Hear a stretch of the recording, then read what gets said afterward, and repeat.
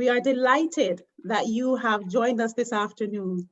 We understand that we have over 700 people who have registered to attend this event. So we know that it's a topic that's very interesting, and people are really wanting to learn more about nursing and compassionate care in the age of artificial intelligence. We have a superb program lined up for you. I'm going to get to that in a few minutes. But before I do that, I'm just going to have to go through a few housekeeping items, and then we'll get right into the program. Right off the outset, we wish to acknowledge that the Office of RNAO and AMS Healthcare are located on the traditional indigenous territory of the Huron-Wendat, Haudenosaunee, and most recently the territory of the Mississaugas of the Credit. We also acknowledge that the participants in today's symposium are located in other traditional lands across Ontario and across the nation of Canada. We encourage all of our participants to freely post activities from today's symposium on the social media platforms using #NursingAndAI. For optimal viewing, we also would ask that you keep your microphones off, you keep your videos off, and you change your video settings to, sorry, I just can't see that slide there. There's a pop up in the middle, I can't see that. To hide non-video participants, excuse me. And how you do that is you go to the stop video icon at the bottom left of your screen, and you'll see an up arrow. Click on that up arrow, and then you will see the video setting options. Scroll down on that window that pops up, scroll down to the subheading meeting, and you will see the option to hide non-video participants. And if you can just check that, that would be great. So as I said earlier, we have an amazing program that's lined up for you. In a few minutes, you're going to be hearing from Doris Grinspan, who is the CEO of RNAO, and Gail Peach, who is the CEO of AMS Healthcare. They're going to be bringing us some opening remarks and talking about a report which bears the same name as this symposium, and that which forms the foundation for this symposium that was released earlier today. Following that, we're going to have our keynote address by Dr. Tracy Risling, who is joining us all the way from Saskatchewan, and she's going to be talking about the emerging future of nursing and artificial intelligence. Then you will have an opportunity to attend one of the concurrent sessions, and one focuses on nursing and AI as it pertains to research and co-design. Another focuses on AI and nursing practice. And the third focuses on nursing and AI as it relates to nursing education. Following that, we're going to come back together in our main meeting room, and we will have a panel presentation that focuses on inspiring and supporting nursing leadership in the integration of AI in clinical practice.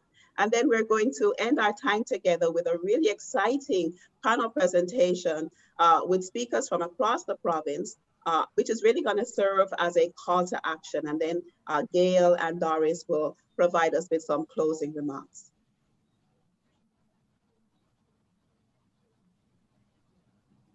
Next slide, please. So without further ado, I want to turn it over to Doris and Gail to provide us with their opening remarks. I think, Gail, you'll be going first.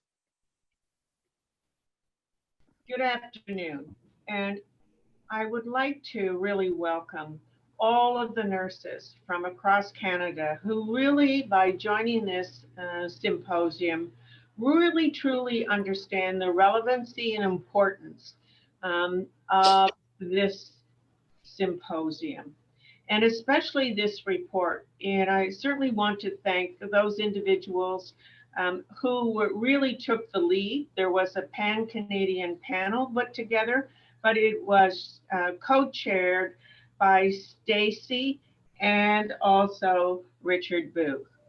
And so let me first tell you why AMS really first initially approached Doris and RNAO to be involved in this initiative. RNAO has for many, many years really had a strong voice for nurses and nursing. And here at AMS, we, a few years ago, determined that there was a critical issue that needed to be addressed right across Canada. And that issue was the impact of artificial intelligence, digital technology, and the need to ensure that compassionate care would be enhanced and would be delivered to patients across Canada. Our concern was that because technology was the shiny bright toy, that people would forget and the essence of what is patient care, and that is compassion. And in today's world, and especially as we experience the pandemic with COVID-19, more and more we become to understand that yes, technology is important, but the compassion that we have to each other, to our patients and families and caregivers is of the utmost importance. And AMS Healthcare has been leading this charge across the country to ensure that the compassion resonates and is incorporated and is further initiated across the continuum. And so when we look to the future, that we see very clearly that nursing plays a very critical role in ensuring compassionate healthcare continues to thrive. Nurses are the essential caregivers in providing healthcare, and caring is a fundamental to nursing practice, and compassion is an essential component in nursing. Nurses need to spearhead the adoption of healthcare technology to ensure it enriches compassionate care for patients. We know very clearly, as we have recently experienced the pandemic, and as we currently are continuing to experience the pandemic, that it is having a significant impact on patients and caregivers. We know that there are inequities in access. There are marginalized populations that are not receiving and cannot receive appropriate care, that we have mental health issues that are increasing daily as we experience the challenges of COVID. So when Doris and I one day had a lunch, we decided that we really needed to address this issue. And RNAO has had a long-standing relationship of addressing critical issues similar to the mission of AMS. And so we commissioned, AMS commissioned, that a study be done to look at the impact of nursing and compassionate care in the age of technology. I can assure you, having been intimately involved with working and developing this report, that it really is an important report. It is a call to action for the nursing community to understand their future engagement and understand their future roles and responsibility, and to articulate clearly to patients and caregivers and families that nursing will be the essential component of delivering care into the future. With that, I know that my colleague Doris will now address you, and then we will move into the exciting program that has been developed to highlight the recommendations and the key issues and leadership that will be required to move into the future. Thank you. Thank you very much, Gail, and what a privilege and a pleasure.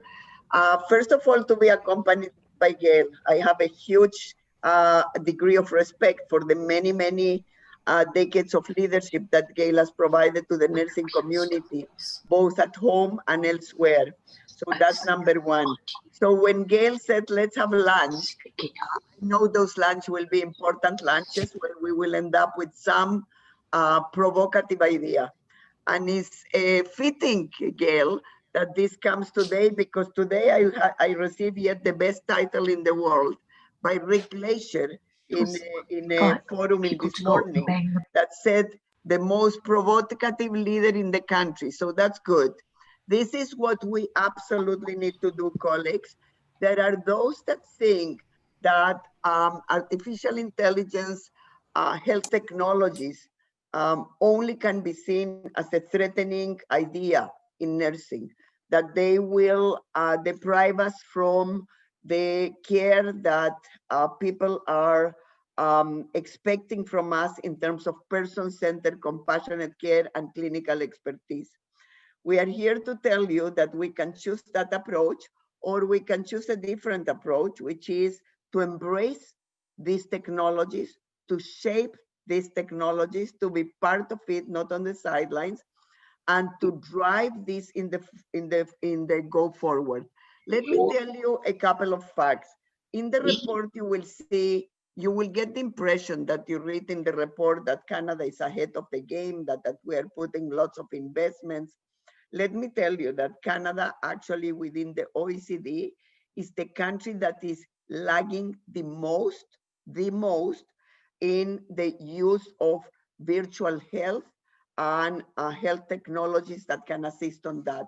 So with that in mind, nursing has a unique opportunities, because Canada, as well as Ontario, are putting, I would say, shy funding still, in my view, but are beginning to put funding into this sphere, and nurses and nursing cannot stay behind. We have an opportunity to lead with courage, with keep the values anchored, have the evidence that RNO so well always has, and ask the tough questions. Which health technologies are powered by artificial intelligence are those health technologies that will open access and create health equity versus deepening inequities? Are those technologies that will protect and enhance, in fact, person-centered, family-centered, compassionate care? That's what we are after with AMS and with RNO, and this is why our partnership is only the beginning of a journey. Today, for us, the report is to launch the report.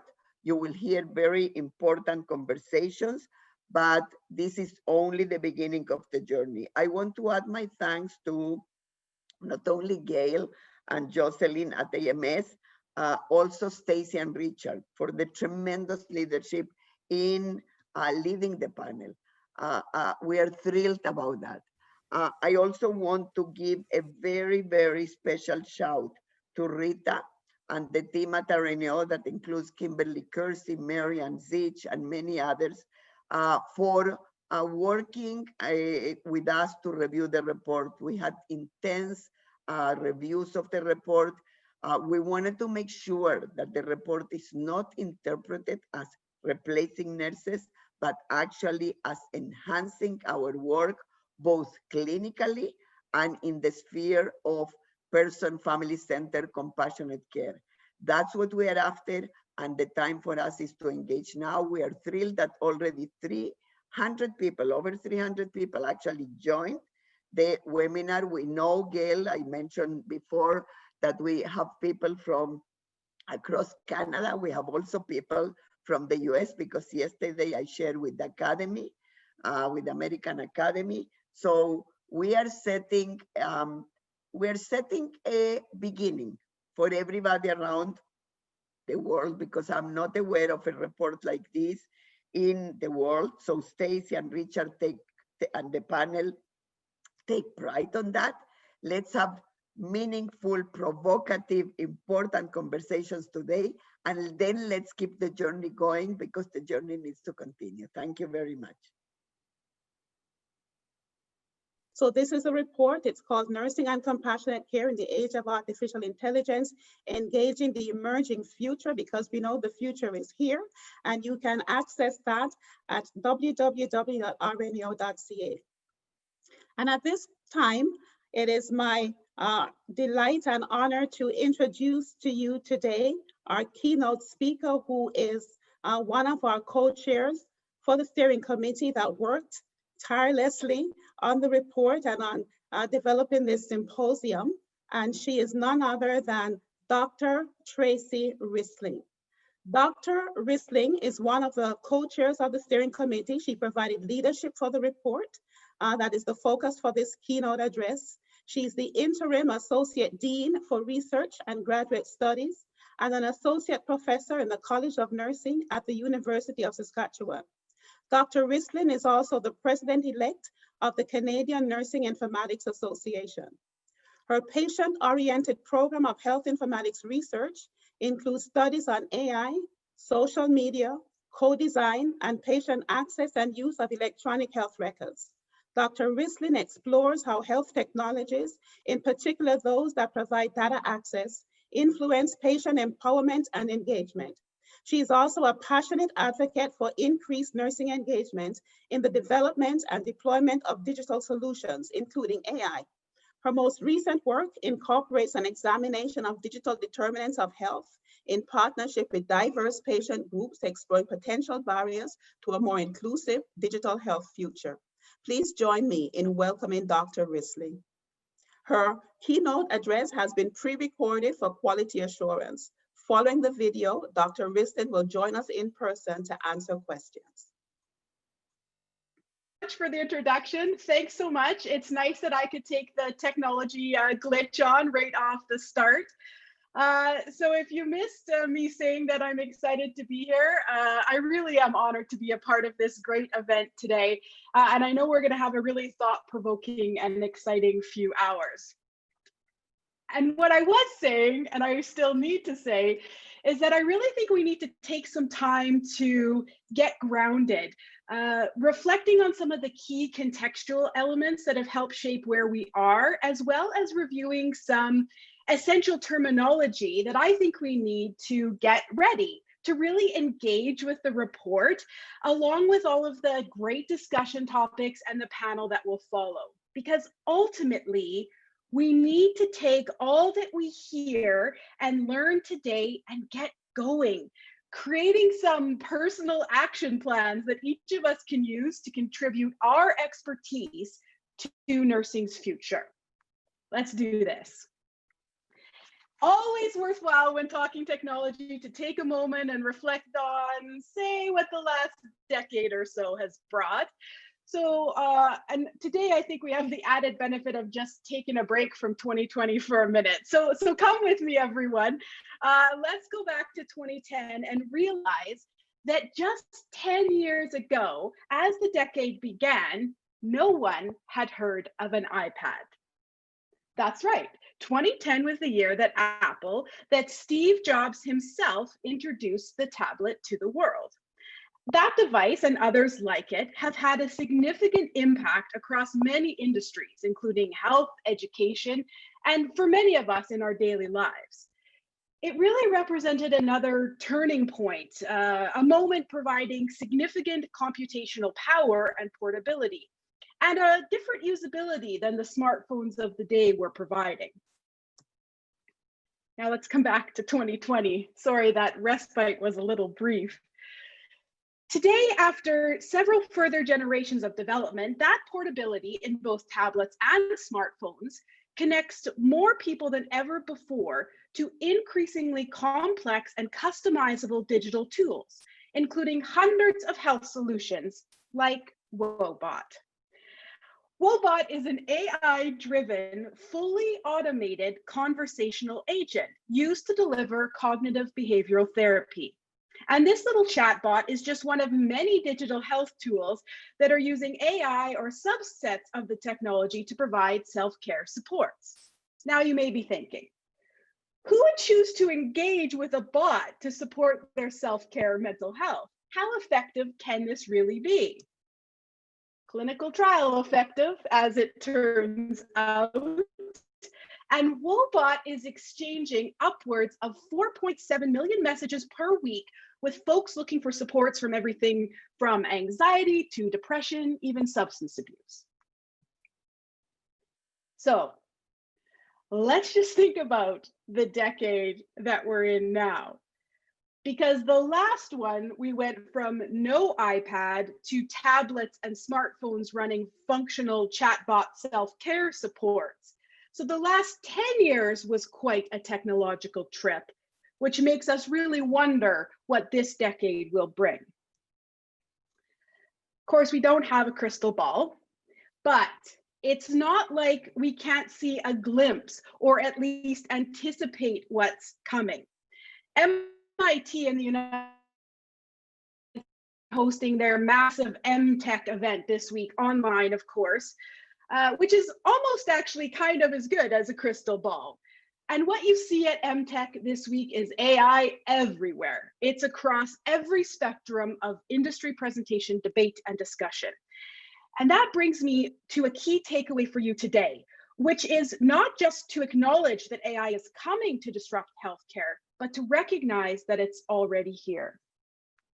So what we really need to do is focus, understand, and position nursing for this further evolution, for the application of this technology into healthcare systems, where, make no mistake, it will change aspects of our practice, administration, education, and research. And in the report released to you, you can see this reach of application and come to appreciate the massive investment that Canada, along with countries around the world, are making in this emerging future. But here's takeaway number 2. And that is the realization that what this AI future will not do is change what makes us nurses. Along with the realization that technology, even powered by AI, is not a replacement for the world's largest healthcare workforce. Although it does seem that our historical experience as mediators of technology will continue to be an important asset, especially as other significant events shape our world. Let me be brief. I know the COVID fatigue is real. However, on the technology side of things, the arrival of this virus did more to accelerate the advancement of digital health solutions than years of advocacy and research. And as someone invested in those years, I will say we try not to dwell on it, but the fact remains that the pandemic, it necessitated the rapid expansion of virtual care, telehealth, and other tech solutions to connect patients and practitioners. And because of that, we've never been closer to this moment, the realization that digital health is health, not a subset or a specialty, but a core aspect of how we all practice. Now, I know that this is a favorite take for debate, so I think we'll just leave this here for a moment. Let's use the hashtags and continue the conversation, but I do want to move forward. But I actually can't move any further forward without this other critically important stop. And that is to take a moment for everyone to realize that when we talk about a digital world or digital health being health, we can never lose sight of the realities of global connectivity and access. And here's a snapshot from January 2020. On the plus side, this was the year that for the first time ever, internet use passed the 50% mark. However, it is just past the 50% mark. You can see we do a lot better in terms of reach with mobile phone use.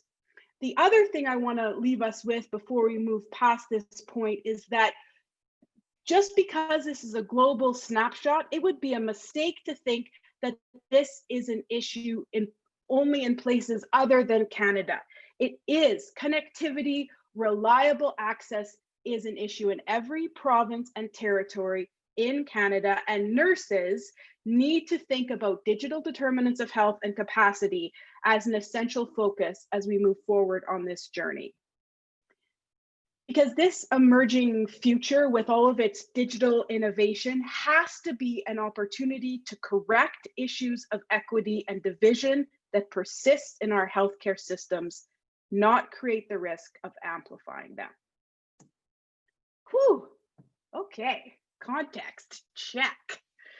Let's move on to some terminology. Now, there is a handy glossary right there in your report. Page 41, I believe, but there's a couple of other terms I want to throw at you as well. Before we even get to artificial intelligence, we need to talk about what drives this technology. So let me back it up to data, big data to be precise. Now, this is another topic that people love to debate on. So I just went with the standard Oxford Dictionary definition here. When I say big data, I mean extremely large data sets. In fact, so large that they have to be analyzed computationally.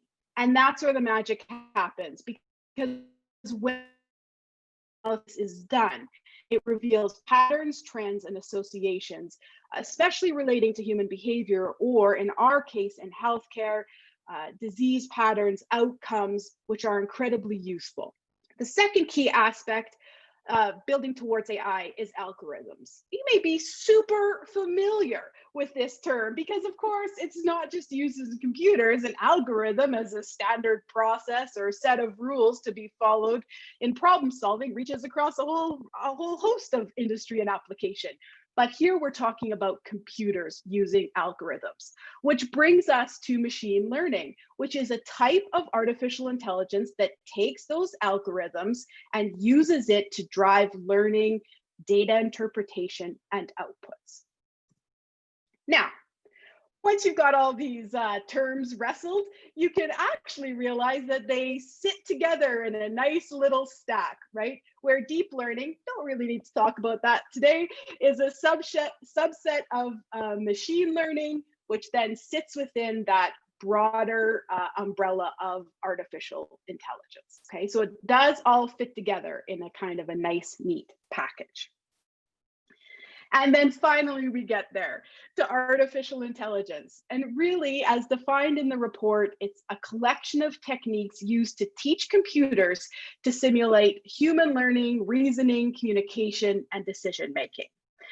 We also use AIHT or AIHTS in the report, talking about artificially intelligent health technologies, essentially digital health solutions that are powered by AI. Now, before we get out of this section, I really do need to have all of us take a moment and also add the term embodied AI to our terminology know-how. It refers to biological-like robots that are, in essence, embodied or situated artificial systems. And this is how these systems learn. They actually physically interact with their environment. But here is another takeaway, taking the understanding of embodied AI and realizing that AI does not mean robots. Well, at least it doesn't only mean robots. Certainly embodied AI is a part of this field, but there are many, many AI-driven systems that are not embodied and will have really far-reaching impacts in health and nursing. And you can start to get a sense of this as you go through the report and start to see all of the different areas in which this technology is being applied. Okay, I feel like we're together on this critical point, so let's keep rolling. Because I am feeling so ready to take a look at this report.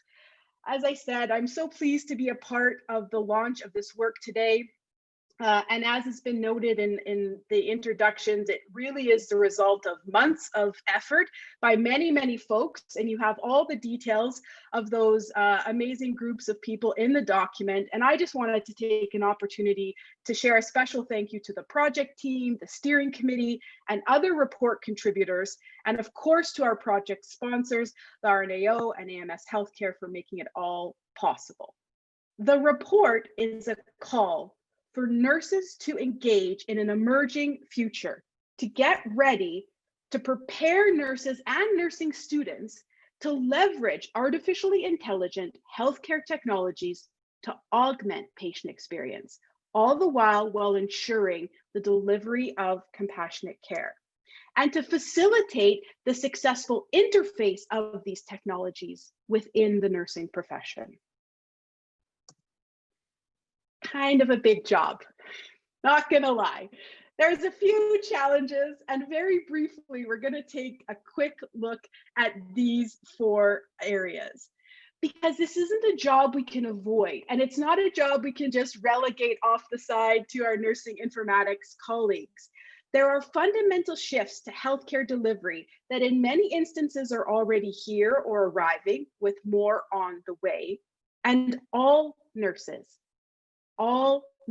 have a role to play as we navigate the complexities of compassionate care in a digital age. Let's hop through these. Virtual care versus relational care, compassionate care.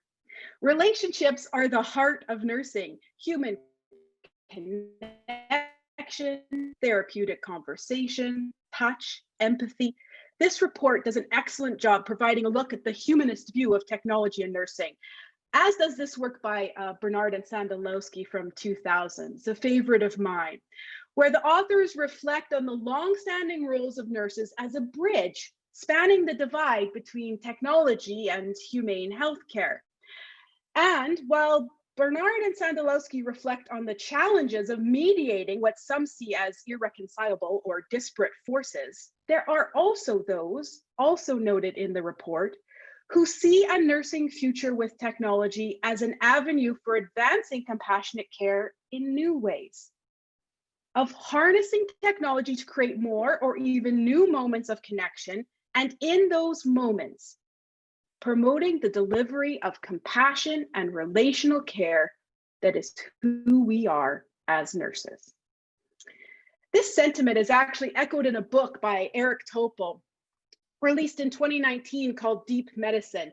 It's an easy read if you haven't checked it out and you have an interest in artificial intelligence making healthcare human again. I actually think there's a fantastic audio version you could use on your fall walks.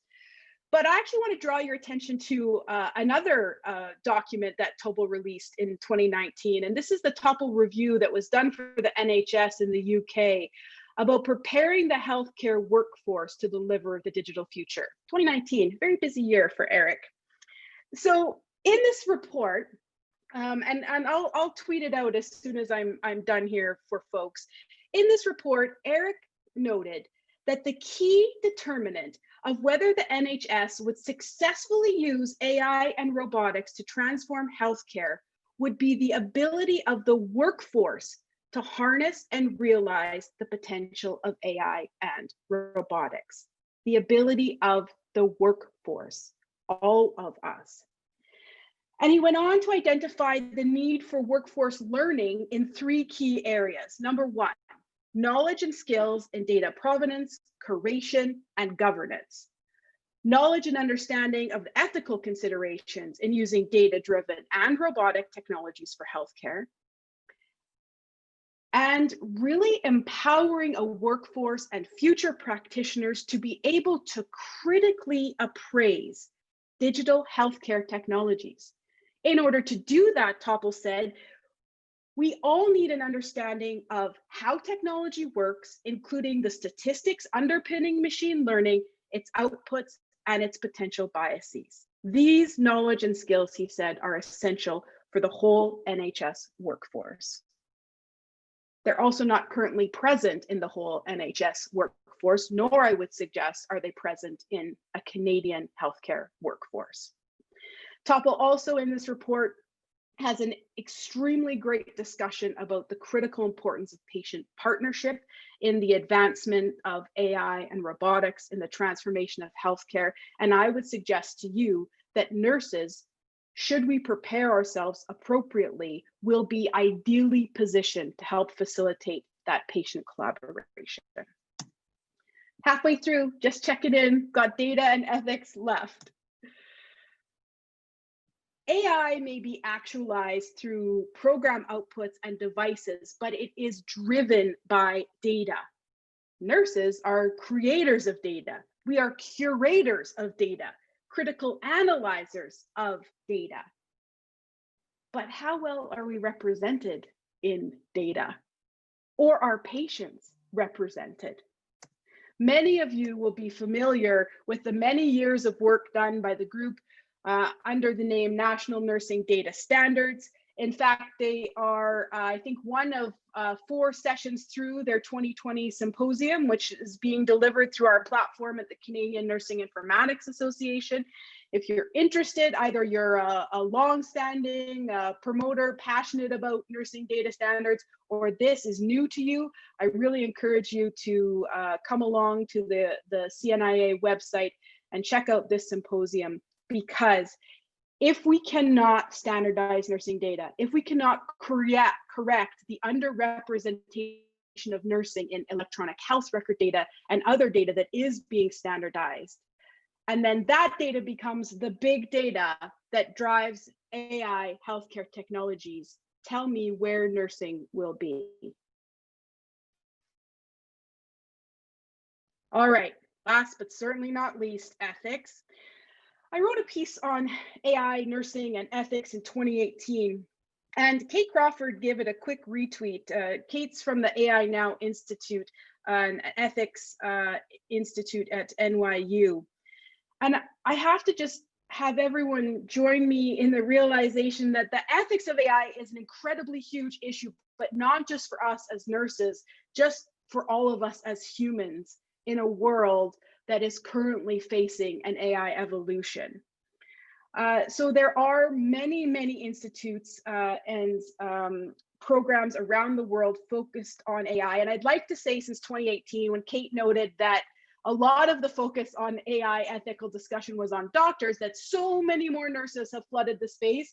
And we're all talking about AI and ethics in healthcare, or in particular as it relates to nursing, but that's actually kind of not where we're at.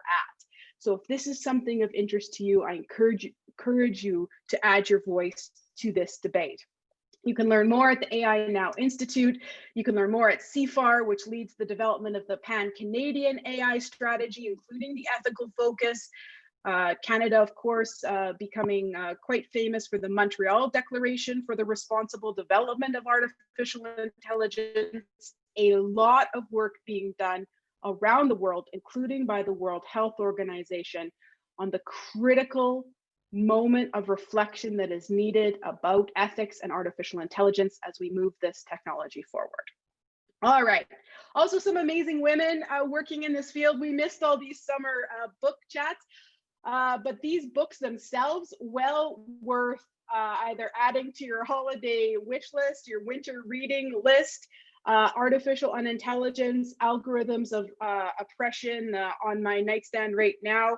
Or you can start with a personal favorite of mine, Weapons of Math Destruction, How Big Data Increases Inequality and Threatens Democracy by Kathy O'Neill. Because I cannot say it enough, it's all about the data. And we don't have time today. It's probably a whole other session for me to get up on my soapbox about compassionate data.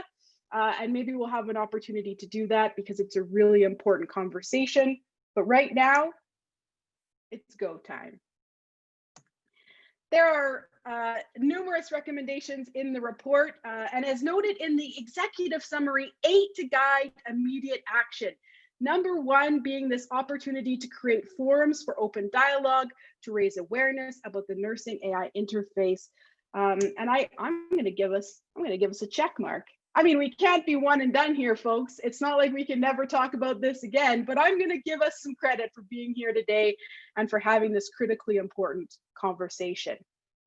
Now, when you're thinking about your personal action moment, I'm going to say there's a recommendation here for everyone.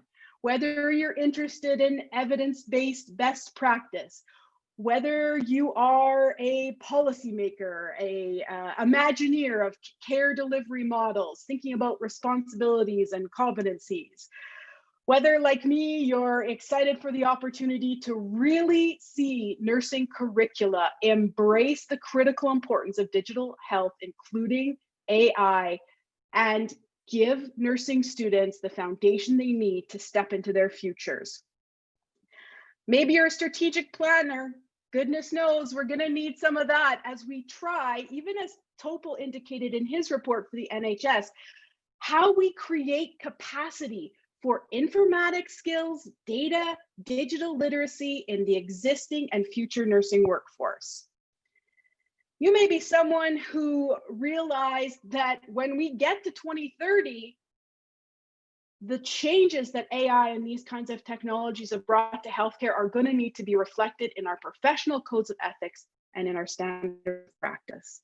Maybe you're a researcher, as I am as well, and you are ready to jump in with more multidisciplinary research, really promoting co-design, development, ensuring and being able to evaluate the impact of artificially intelligent healthcare technologies in nursing. Or, and I love that this is the 8th in the executive summary. Remember, there's other recommendations in the report as well. So really there's something for all of us. But together and underlying all of it is the critical importance of exploring the impact of this technology on all of us, on nurses, patients, families, and caregivers, and always coming back to how the continued evolution of this technology impacts perception of the delivery of compassionate care. So as far as actions for us today, let me encourage all of us to start by stepping out of line, if for no other reason than to improve our view of what's coming, and hopefully to seek out information, professional development opportunities to better prepare for the moments where we are going to need to speak out, to advocate that others also be able to learn and engage in this area, to promote the need for further AI advances to be done in collaboration with nurses and patients, and to clearly articulate that evolving compassionate care in an AI-powered healthcare system requires nursing expertise and direction. But nurses, we have to be ready too. If we are committed to compassionate care, then we have to position ourselves with new knowledge and competencies, with an understanding that while the technicalities of artificial intelligence are indeed complex, the drivers of it are much more familiar. Digital health literacy, data literacy, machine learning, these key concepts are our roadmap to being informed advocates for this technology. And although not all nurses may have had the opportunity to realize it, this journey has already begun. But we have a moment here where decisive and bold action can still influence our direction, with 15 guideposts in this report to help us find our way. Let's step forward together today. Thanks so much, folks. Thanks, Tracy. That was a fantastic, stimulating, thought-provoking presentation. And we have lots of questions as well. That was fantastic. Now, unfortunately, we can probably only take one question. So we're going to take the first question that was posted in the chat, which is from Maureen Caver. And she asked, what suggestions do you have for increasing the knowledge and skills of our nursing workforce, given the lack of nurses who have these competencies? That is just such a critical question. It's the key question, isn't it? So important for us to be able to, first of all, advocate for this, right? If you're on in any way associated with nursing education, professional development, planning within your nursing associations, right? You're here today, you're taking that step. Now, can you expand, right, those opportunities? Where are you involved somewhere that you can speak up and say, hey, you know what we should really do? We should have a session on artificial intelligence and nursing and compassionate care, right? It's just about standing up in those moments and saying, this is something we need to talk about. Start a conversation with your peers, no matter where you practice. Find out, what do people know about this? What do they want to know about this? What are their fears? What are they interested in? Hop onto Twitter. We're going to keep nursing and AI going, I think. Great hashtag, great ability for us to connect on social media. Understand that there's been some great research and Canadian work on this, that this report is a really strong foundation for discussion, and that we need to move forward together, and we need to keep bringing this topic up and up and up until we all have the opportunities. I mean, when you break down the actual learning, it is pretty straightforward. It's just, do we talk about the need to do it, and then do we follow through with that? Thanks, Tracy. Unfortunately, that's all we have for this session. We have so many more questions in the chat, and I want you to carry those sessions forward because we've got lots of sessions for the remainder of our symposium. You'll have lots of opportunities to ask those questions again and get answers. So at this time, I'm going to invite everyone to switch over to the concurrent session of their choice. We've got 3 sessions, as I said earlier. We've got one on nurse-led research and co-design, one on AI and nursing practice, and the other on AI and nursing education. I have put the links for each of those sessions in the chat, so you can click on those links and take yourself over to the next session. If you somehow get disconnected, you will also be able to access those links in the confirmation email that was sent to you earlier. So enjoy your session, and then we will see you back here in about 50 minutes to 1 hour, something like that. But enjoy your session. We'll see you again shortly.